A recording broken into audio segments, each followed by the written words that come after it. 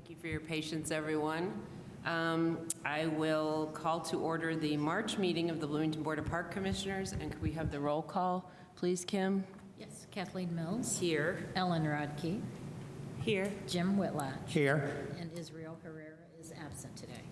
Okay, but we do have a quorum, and go ahead and start with our consent calendar section.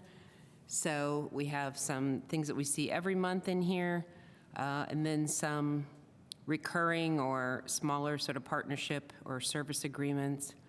And let's see, in one of them is A12, which is a longstanding agreement that we usually have with the Monroe County Civic Theater. Yes, and do you want to come up and, yeah, come on up and speak before we do this consent calendar? Thank you all for doing this on a yearly basis, working through the approval with this partnership. We greatly appreciate the concept of being able to work with you all. My name is Kenny Hertling. I'm the current president of the board of directors for Monroe County Civic Theater. We really appreciate being able to offer this at no cost to the community. This will be our 36th year running with Love Labors Lost. We really look forward to being able to put that on for the community end of May and early June. Okay, thank you. Yeah. It's been a great partnership. All right, and just to mention a few other little partnerships on here as well. Pickleball Club returning, and also Cicada Cinema showing some outdoor movies. So do we have a motion to approve the consent calendar? Yeah, I'll move to approve. Second. Okay. Oh, yeah, we can just, yeah. And all those in favor? Aye. Okay.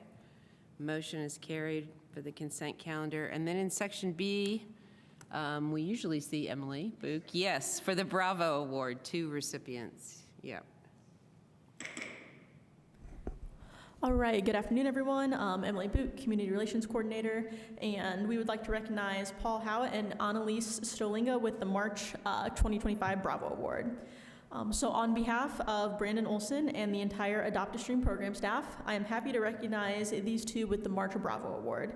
According to Brandon, the dedication and passion of Annalise and Paul for our parks and streams has made a lasting impact on our community. As the Adopt a Stream volunteers for Latimer Woods, Paul and Annalise have totaled 45 volunteer hours of service, both at Latimer and elsewhere. They are also the first and only Adopt a Stream volunteers in Brandon's tenure who have submitted their jot form report every single month since they have started. Their commitment to this program, as well as their attendance at other weed wrangles and various nature programs, have provided a remarkable example for all of us. Their hard work and dedication is greatly appreciated, and we couldn't be more proud to have them as part of our team. So I'm very happy to recognize them with this award. Okay. Thank you, Emily, and thank you to Paul and Annalise. Yes. Oh, yeah. Hi. I am Annalise of the slide. Okay. I just wanted to say, so I'm what people call a bloomerang. Like, I came to Bloomington for grad school, intended to leave, did leave, and now here I am with a Indiana driver's license. And one of my regrets upon coming back was that I hadn't gotten involved in the Bloomington community before. And Bloomington Parks and Rec has been like the thing that has helped me connect with Bloomington now that I am a resident. The weed wrangles, the Adopt a Stream, the naturalist programs, I've met a lot of people, I've learned a ton. So I just really appreciate this opportunity, and I feel like this award kind of sums up a very nice experience and relationship I've had. Paul would agree with me, but he can't be here today. He's in Indianapolis. Okay. So thank you. Thank you. We're glad you came back. Yeah.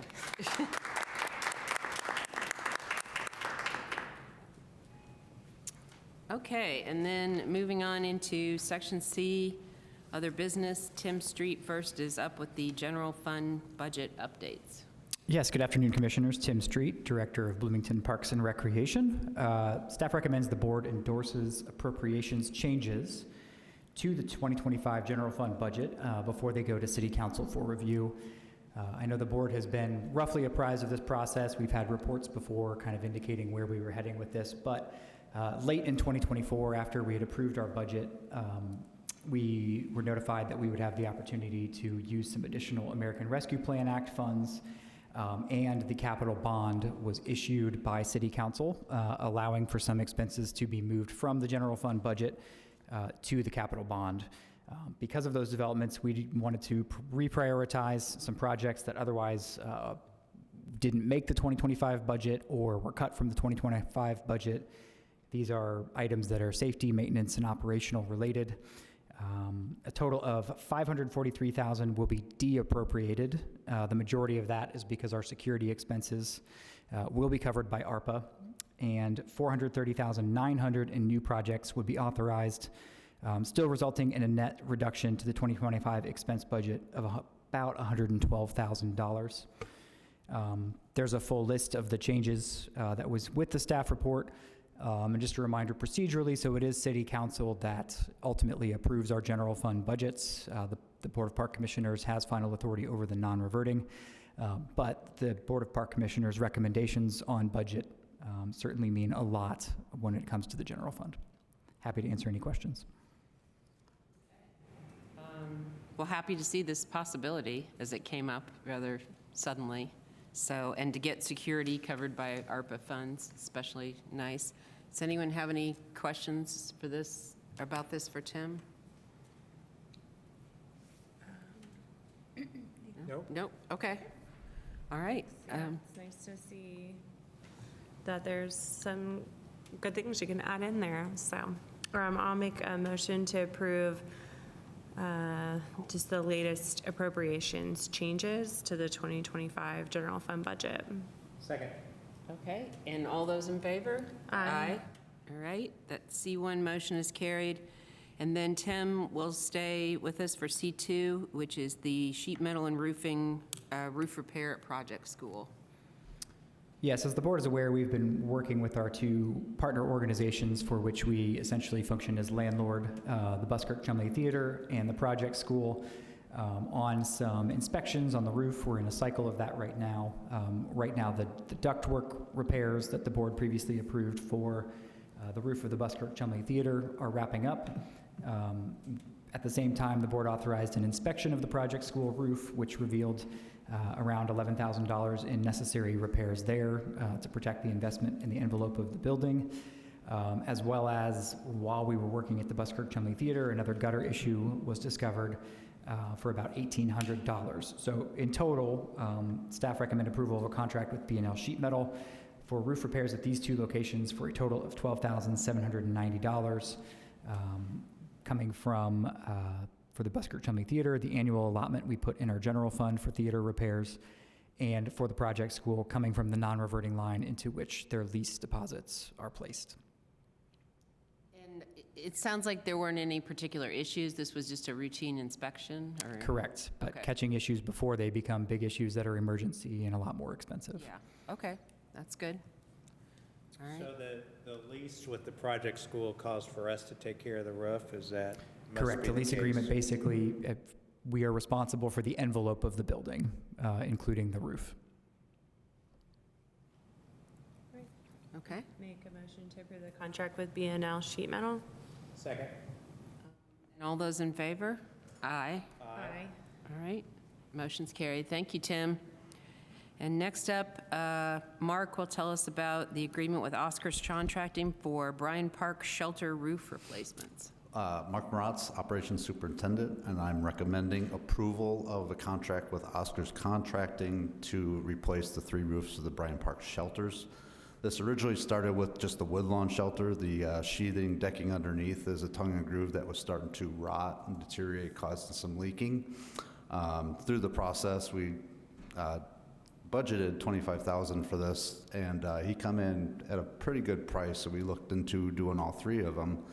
The other 2 shelters, North and Henderson shelters, are both a shake roofing, which through those last storms we had last year have started to kind of rip them up. So we want to upgrade that to a pro-rib metal roof on all 3 of them. And I know a couple, the ones that are, what did you describe it as? They're Shade? shake. It's just like a It's wood. That, yeah, I noticed Yeah. sometimes there's like kind of mossy stuff Yep. growing on there too, which Yeah, wouldn't- definitely by the Henderson side over there, yeah, wouldn't be the case with the metal. Yeah. Yep. So, okay. All right, any questions for Mark? Make a Okay. motion to approve the agreement with Oscar's Contracting. Second? All those in favor? Aye. Aye. All right, thank you, Thank Mark. you. Motion carried. And then Joanna Sparks will tell us about the tree planting with Bloomington Montessori School. Hello, Joanna Sparks, Urban Green Space Manager, here today to recommend approval of our memorandum of understanding with the Bloomington Montessori School to utilize Winslow Woods Park for, as a location to have educational events with their students and their parents, doing tree seedling care and litter pickup and invasive plant removal.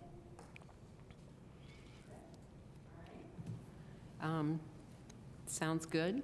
Yes? Yeah. Any, I don't think there's any questions for, okay. Sounds like a great program. I'll make a motion to approve the MOU with Bloomington Montessori School. Second? All those in favor? Aye. All right, Thank motion you. carried. Thank you, Joanna. And then in C5, we have the alcohol permit for Lotus in the Park with a, that had included a fun map. Did you put those little things on the map? I did not. Oh, okay. I'm the one who makes sure they do put them on those, so that I Okay, know where things are okay, going. yeah. So, All right. the Lotus Entertainment Arts Foundation have requested to sell beer as part of their park special use permit for Lotus in the Park on September 27th at Waldron Hill Buskirk Park. Staff recommends the park board approve this request. They did include an impact statement, adding a beer garden to the free Lotus in the Park event on Saturday during the Lotus World Music and Arts Festival would enhance community engagement and create a welcoming space for attendees to relax and connect. By partnering with local breweries, the festival can showcase regional craft beer, supporting local stakeholder businesses, while fostering a deep sense of community. These breweries, as invested stakeholders, can draw a larger and more diverse crowd, engaging more people to spend the day downtown enjoying live music, interactive arts, cultural experiences. A beer garden would not only provide an inviting social atmosphere, but also serve as a gathering place that strengthens connections between artists, audiences, and sponsors, ultimately making the event even more vibrant and inclusive. Parks would receive 10% gross sales as a fee that is part of the park special use permit. This is not something I took over permits in about 2019. This is the first time I brought this type of agreement here. The process has always been that for alcohol at parks other than Switchyard, we would always bring them before the board. This is the first time one has come this far. So happy to answer any questions. Okay. Any questions for Sean about this? How well does the process of taking 10% of gross sales, how do they report that to you? I'm They would always report- curious about that. They would report that after the event. It is kind of a on their honor system. We have other events at Switchyard where we use similar mechanisms, and we haven't had any problems. It's always been very prompt, so. Typically, I think they provide someone to check IDs and do They wristbands or would. something? As part Okay. of the park special use permit, there are sections that include security. Our requirements are that they can only serve beer and wine, which is category 1.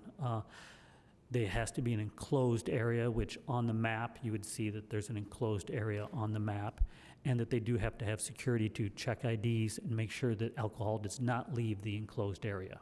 That's the similar restrictions, guidelines that we put on all events with alcohol, including our own.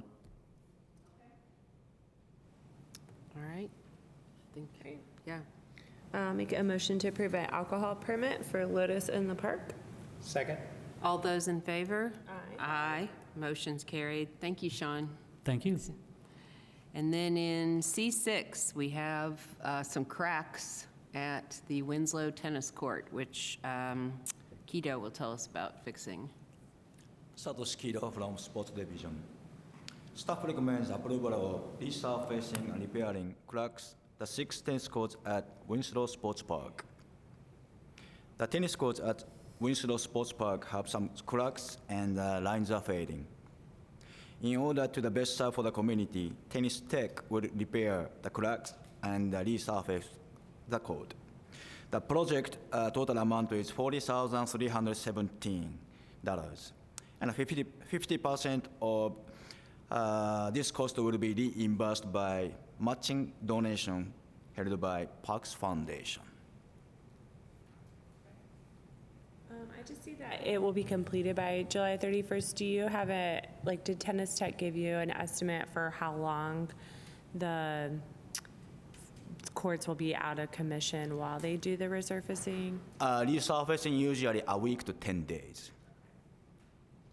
So will they, I guess, line that up for you so that, because I just know tennis courts get really popular in the summer, so just thinking about how we're communicating that to tennis players, making sure that, there's just other places for them to play, everything like that. Yep, we do have a plans to put on the social media, put up signs so people know. And we're gonna close north court first, then go Okay. to south. Oh, one good. So side one is will open. stay open. Yep. That's great. All right, so you want to? Yeah, I'll make a motion to approve agreement with Tennis Technology for tennis court resurfacing. Second? All those in favor? Aye. Motion is carried. And then Keto will also tell us about C7, which is the any future aquatics facility repairs agreement with Spear. Staff recommends approval of the service agreement with Spear. This service agreement is to provide maintenance to the aquatics facilities at both Bryan Park Pool and Mills Pool. This agreement is to cover preventative maintenance along with necessary emergency repairs. Spear has been providing quality service for us for many years. This is just one of those on-call sort of situation, if something comes up and we need a immediate repair. Yes. That is correct. Okay. All right. I'll make a motion to approve agreement with Spear for pool repairs. Second? All those in favor? Aye. All right. Motion's carried. Thank you. Thank you. Thanks, Keto. And then Haskell has a whole lot of tree things. C8 is the agreement with Native View for bicentennial tree planting, round 3. Good afternoon, Haskell Smith, Urban Forester. I do have several things in a row here. This first one is the approval of the contract with Native View LLC for tree canopy replacement and expansion project. Staff recommends the approval of this contract to plant 380 trees in the public right-of-way all around Bloomington. This is the third round of the bicentennial plantings. This contract focuses on tree planting areas not targeted in the last 2 projects. All together now, with the bicentennial funds, we've planted just under 2,000 trees. And Ben Hurdle is here. He is Native View. I'm happy to answer any questions, either of us here. And is this the final, I can't remember, is this the final round of tree? It was intended to be, but we came in under, so I anticipate a 4th round. Okay, okay. And I guess my only question was just about the selection of the types of trees. I see no awful calorie pears or whatever they are on there. Yeah. Do you want to? Nope, this all come from the UDO plant or tree list that myself and the Tree Commission and members of planning developed in 2022, I think. Okay. So I assume these are all chosen what's best for the location where, because I went through the list and you've got this plot is going to have this kind of tree. Those are all based upon what's best for that plot? Is that what? And what's based upon what the homeowner wanted. I sent out almost 300 letters to the homeowners to work with them to find a tree that where they wanted it and what they wanted. Okay, that's good. The other thing with the trees are, would you call all of these trees native species, or how does that? So there's all trees we would see around here even if we weren't planting them. There's nothing that's coming in. Nope, these are all native trees. There is the caveat that they are native-var, so they're naturally occurring hybrids, basically. Okay. All right, that's all I've got. Thanks. How do I get a tree at my house? No, I'm just Do you have kidding. public right-of-way? No, it's okay, no. 10 feet of public. Then, Oh, well, there you go. then come see me at the farmer's market Okay. here coming up, and I'll give you Okay. some seedlings. All right. Okay, all right. All right, yeah, I'll make a motion to approve the contract with Native View for bicentennial tree planting round 3. Second. Okay, all those in favor? Aye. All right, motion is carried. And then Haskell also has C9, which is the agreement with IU Urban Forestry Research for a planting survey.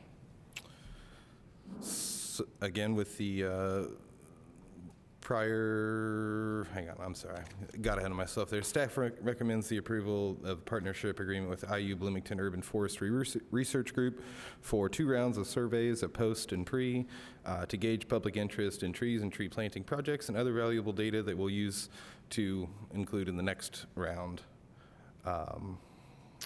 Funding not to exceed $6,500, and this is being paid through the bicentennial bond, of course.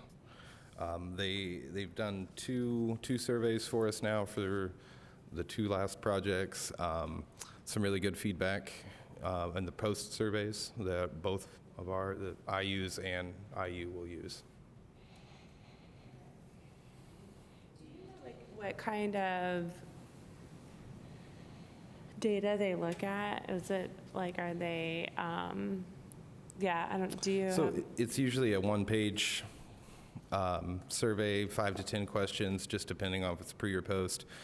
Questions like, how does this, do you think this improved your neighborhood?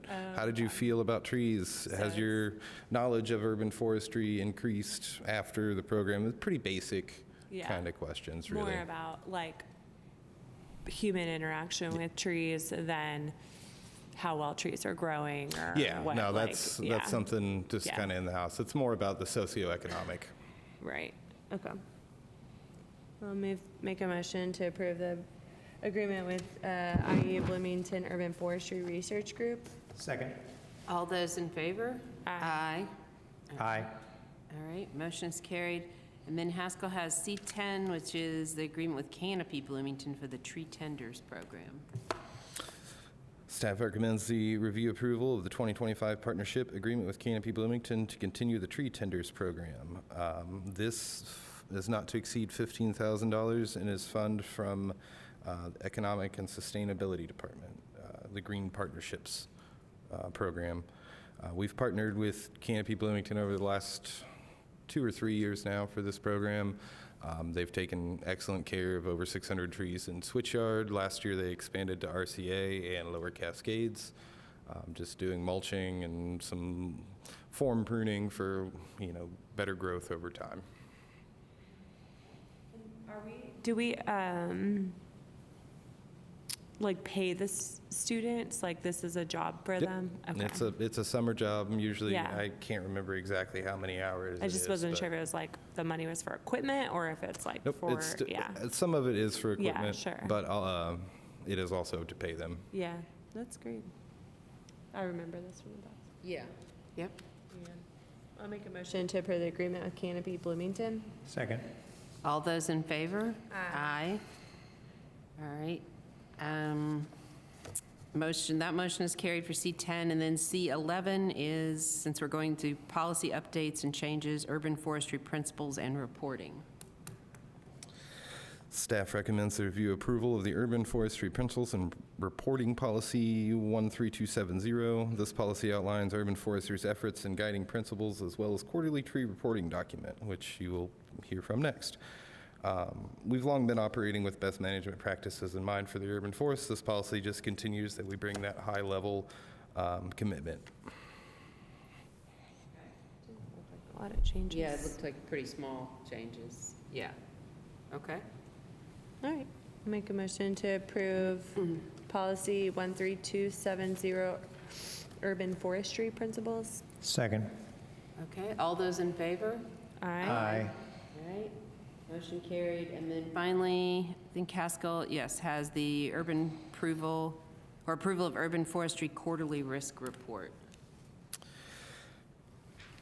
This is the one where I can get on the weeds on here. Staff recommends the review approval of Urban Forestry March quarterly tree risk and reporting document. This document outlines and prioritizes tree risk that we are currently aware of and working toward eliminating, as well as other tree-related risks and hazards such as tree grate maintenance in the current tree removal list. I don't know if you've had a chance to look at it. Just kind of outlines all the different things that we try to do in a quarter, in a year. I went over 2024 at a glance. We pruned almost 1,000 trees, removed 410, planted 825, just several other things that I do and that we do. One number that I did want to make sure to be known was that out of our 19,200 trees that have risk reports, none of them are extreme hazard or extreme risk. At the time I wrote this document, 47 were high risk. It's actually closer to about 30 now. And then 4.1% are moderate at 800 trees, and the rest are low risk. Trees become known as a risk? Is it based upon the public reporting to you, or you and your staff driving around and looking at things, or? It's a lot of that, but when we have a tree inventory from Davie Resource Group or whoever does it comes down and does an inventory, they have a risk assessment that they do when they're looking at the trees. I'm a property owner and I have trees in front of my house in the right-of-way. If somebody wants to report a tree they've got a concern about, is that something they talk to you about? Yep. Or is that something you might come by and see? Or Yeah, absolutely. I try to get out and look at any report, email, phone, however you can get a hold of me, we'll come out and take a look at it. Okay. So just so I remember, and I know we've had this when somebody is, we don't really want people cutting trees down that are in the city property line, is that right? Or the property? Not without permission. Not without permission. And generally speaking, on many streets, that's pretty easily defined because it's in the tree plot. Is that correct? Yes. But for instance, I live on High Street, and High Street's got, there are no tree plots really, and at least I live on the west side of High Street. And so part of those trees in front of the front part of my lot may be in the right-of-way, but there's really no, that would be something we'd have to talk to you about whether it is or isn't in the right-of-way. Yep. Okay, thanks. I also just kind of wondered that, whenever I read about the climate change impact in our area, it usually references not so much like higher temperatures, although that sometimes too, but like, more thunderstorms, more rain, like higher winds, and I feel like we've been seeing some of that. I don't know if that gets factored in, I would assume, to trees that maybe aren't 100% hardy, that if a windstorm came along. Yeah. Absolutely. When I look at trees, and every tree has kind of its own species profile, so it's more likely, red maple, for instance, is more likely to fail in a wind event. So if I come across one that's showing those signs, it gets a little bit more notice than, a nice red oak that doesn't show those same or have the same species profile. Okay. All right. Any other questions for Haskell?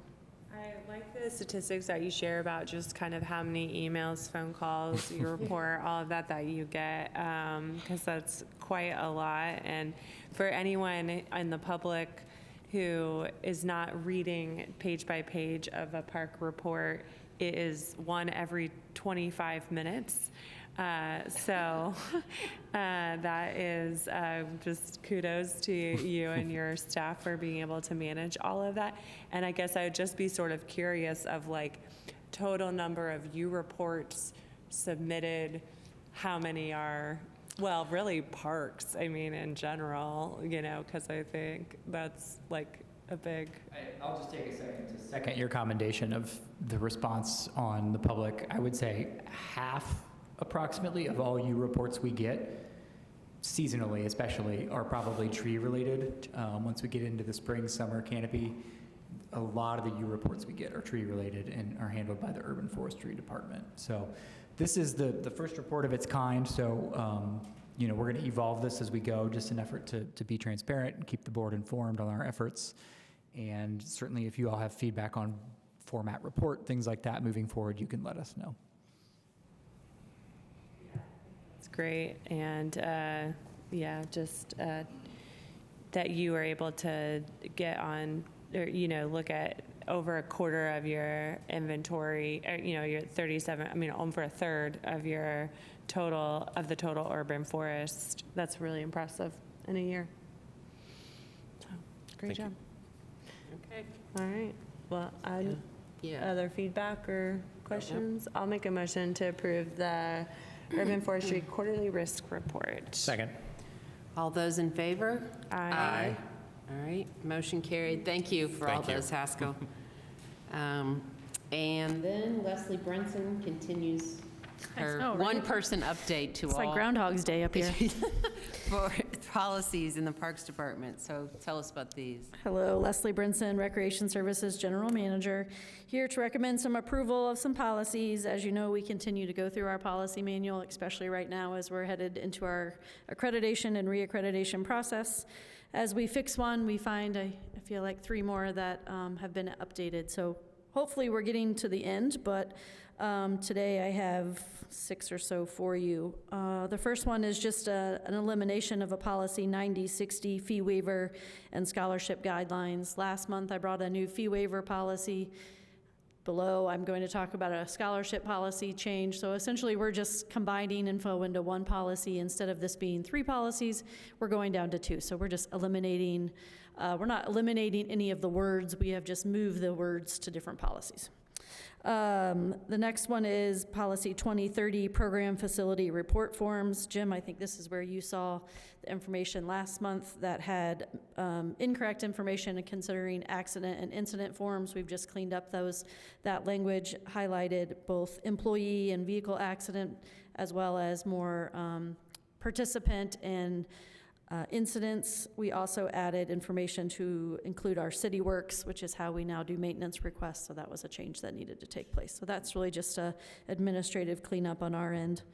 Policy 6100 is a new policy. It's a concussion policy. This was a request of our risk management department that we had a specific policy on how we were handling concussions. The policy outlines guidance for youth sports coaches, which see the majority of our concussions, obviously, in youth sports. Coaches in both hockey and basketball are required to go through online training that talks about concussions. We also then highlighted how our staff are trained within our CPR first aid training. There is a piece on concussion, so any staff that goes through that, they do have a concussion, and some protocols of what we do in the process. Policy 90/50 is that scholarship criteria. Again, we've just included some of that info from 90/60 so that there is one policy that has all of the information needed. Policy 13040, rentals and permits. This is to the effect of Sean's, what he brought earlier about alcohol in parks. This policy didn't highlight that you approve alcohol in parks outside of Switchyard and that the manager of Switchyard approves alcohol within Switchyard. So we just cleaned up that language to make sure that it was clear to people if they wanted to have alcohol at an event. Policy 13110, land acquisition policy. This one had quite a bit of work done to it, mostly to guide us through an accreditation standard, but really now increase the detail concerning land acquisition, how we do it, what process we go through before we acquire land, and then also what we do in the process we do before we develop it into something, outlining the staff responsibilities as well as steps to take whether contracts or construction takes place. I'd be happy to answer any questions. Thank you for going through and cleaning up and explaining all those. Yep. No problem. All right. Any questions for Leslie? I think I'm good. Do we have to, we can do this all in one motion? Okay. Make a motion to approve updates to policies 2030, 6100, 9150, 13040, and 13110. Second. All right, and all those in favor? Aye. Aye. All right, motion carried. Thank you, Leslie. And then Amy Lanebeck has another policy change, cemetery procedures and guidelines and cemetery decorations. Yes, hi, Amy Linebeck, Operations Coordinator, and I am recommending that we approve the cemeteries policy and procedures, or the new policy 13260, cemetery policies and procedures. This is to go in our policy manual, the external facing policy that explains, the locations of the cemeteries that we manage, who's in charge, and general care and outlines. And then it references a more complete document of procedures that is really our full set of operating procedures. So there's kind of a complicated little stair step here, but I realized we really only had policies relating to the decorations that were allowed and not allowed. And there's a lot of other things that we do and don't do and, need to know how to operate. And it's already come up in my learning of how things go here. There was a policy of the way something was done, and then people change hands, or different people come into the position, and things change over time. So the policies are really helpful to have it all written down and formally adopted, so that we know, regardless of who's doing the job, how it needs to be done. So that's what we're doing here. The cemetery decorations policy that we're eliminating is now part of the bigger procedures document, so nothing's changing there. We're just taking that out because it's now part of the other policy. So, any questions? Couple questions. Sure. One's totally unrelated to these policies, but are we selling cemetery plots? Yes, we have lots of plots available in White Oak. And then I get that question almost every week about Rose Hill. Lots of people still want to be buried at Rose Hill. I am in the process of going through our records, and we're going to create a list of spaces that are actually available. And we're going to then check and make sure that they are really available and empty, and then release that. That'd be good. Release those plots for sale. So yes, Rose Hill is a really sought after place for people. A lot of people have a special connection to it, and lots of family members buried there. So. And is there a secondary market for Rose Hill plots? In other words, and is there a record somewhere? Sorry. There actually is. I have a list of third-party contacts who want to sell their plots. And so right now, when people contact me, that's what I give them. I give them a contact, and that sale takes place completely outside of me. They just give me the records so that I know for sure. And I had to update the records of who owns that plot after the sale has taken place. So we have a master record of who owns each plot? Or does that go to the recorder's office, or it is recorded? We have records. We have plot books, and we now have an online database that tells us who owns the deed for each plot. So usually that's pretty easy to figure out.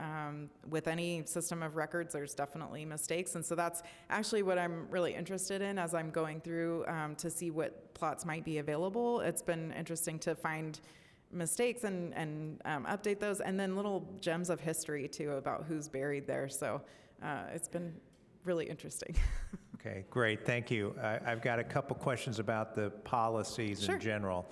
Are there hours for the cemetery when it can be visited and not visited, and what are those hours if there are? Yes, so that is part of the longer procedures document, and we actually used the Placer AI data to look at when people are using the cemetery, when are they there. That's the cell phone data that we use to see what kind of usage there is, and the peak of use is 7 a.m. to about 10 p.m. So the rest of our parks are, I believe, 5 a.m. to 11 p.m. I think that's right. I don't know for sure, but and so we decided to shorten that a little bit because the cemetery is a special place. It's not just any park, and so we want to make sure that people are there during daylight hours and not engaging in anything that would be disrespectful or nefarious. So we looked at the hours that people are generally using it and decided to keep it to that.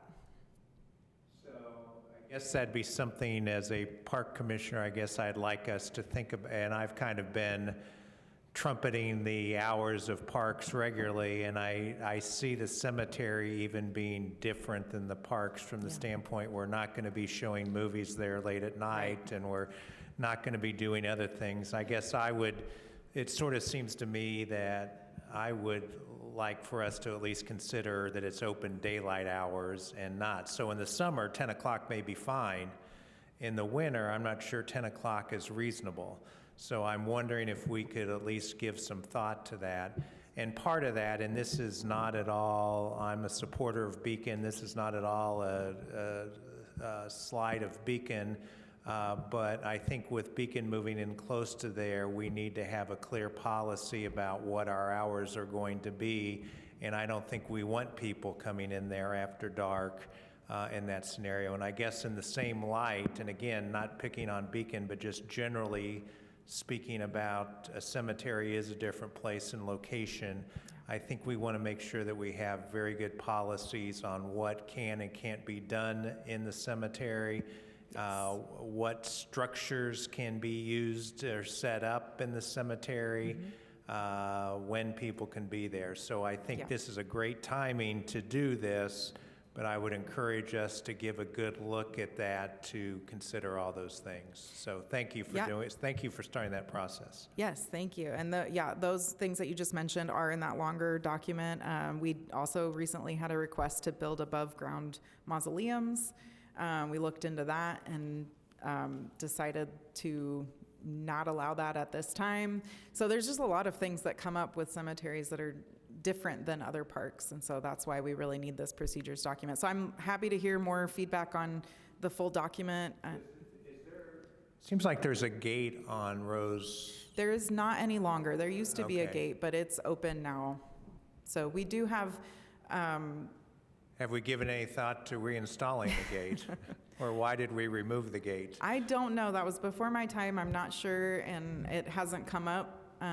So it's a public thoroughfare now, really, with the access to the sidewalk that was created when the car went through the wall. We created a pedestrian access on that side. So it's connected to the sidewalk.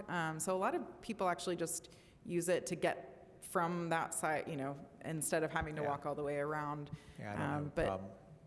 Okay. Yeah, I share your concerns about making sure that we keep it, because it's a really special place and there's so much history there, and we would not want to see vandalism or any damage come to the graves and memorials there. So. Yeah, thank you. I appreciate that. Ready for a motion on Yeah. C14? Yeah, sure. I'll make a motion to approve policy 13260. Second. And the elimination of 13200. Second. Okay, all those in favor? Aye. Motion's carried. Thank you, Amy. Thank you. Yep. And then our Section D reports, Leslie will give us a season preview for community events 2025. No. Just you are. given the time that we go Sure. to D2. Oh, sure. And then we will hold item D1 until next month's meeting. Okay, sounds good. So instead, we'll have Julie Ramey to tell us about the draft 2024 annual report. Good afternoon. I'm Julie Ramey, the Community Relations Manager for Bloomington Parks and Recreation. And in front of you is the draft of the annual report for 2024. There is no action requested of the Park Board at this time. This is strictly a document intended for your review. You'll notice some bits and pieces that are clearly marked, and it doesn't mean I don't have the information. It means I just haven't gotten an opportunity to lay it out yet. Division directors collect information, program highlights from staff over the last couple of months, and I take that information, do some fact checking, and add in all of our unaudited financial data. It is our document of record for activities and programs and things for the calendar year 2024. And if you have any comments, feedback, anything you'd like to share about it, then you can certainly let Kim know via email, let me know directly by email, and I'll make those changes with the intention of having a final copy of the report to you at your regular April meeting. All right, thank you. Appreciate the chance to look at the draft, Julie. And then I don't know if we have any public comment here online or in person. If anyone online would like to make a comment, please raise your hand icon.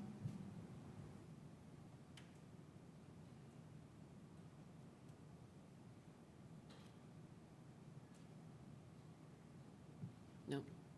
Okay. And anyone here in person? All right, then we will turn it back over to Tim for any last announcements. Sure. Thank you again, board, for a productive meeting. Appreciate it. Leslie was going to talk about the mini events that Community Events is getting ready to ramp up with for the season. I'll just give a couple highlights of what's on our imminent horizon here as we get into April and we get into the busy season. Corazon de Jarapeo is this Saturday at Switchyard Park Pavilion. That is Saturday evening. And then once you get to the next weekend, we start to get really busy. So that'll be the first Food Truck Friday at Switchyard Park, the first Farmers Market, first day for Griffey Lake Boathouse on Saturday, April 5th. The International Festival is Sunday, April 6th. And then from there, we'll at least have a chance to have another park board meeting before you hear about the rest of the events that are to come. A few other things coming up. The pool liner project we expect to start next week, which is exciting to get the new pool liner in at Bryan Park Pool, which is a big need. We are also starting our master plan efforts. The next session for the park commissioners will be Thursday, April 10th. It will be a work session at 6 p.m. here in City Hall. We're going to do that in the Allison Conference Room. That will be joint with members of City Council, depending on how many are available and who comes. That may be noticed as a work session for them as well. And that will be talking with our master plan consultant about our needs. We also have focus groups coming up starting next week with a whole lot of the community, which we're looking forward to. Then our next regularly scheduled meeting will be Thursday, April 17th at 5 p.m. Here in City Council chambers. So thank you, everybody. At 5 p.m. Yeah, okay. Sorry. I just double checked. We got a weird schedule All right, here, so okay. we'll make it work. Okay, all right, thank you, Tim. And with that, I'll adjourn the March meeting of the Bloomington Board of Park Commissioners.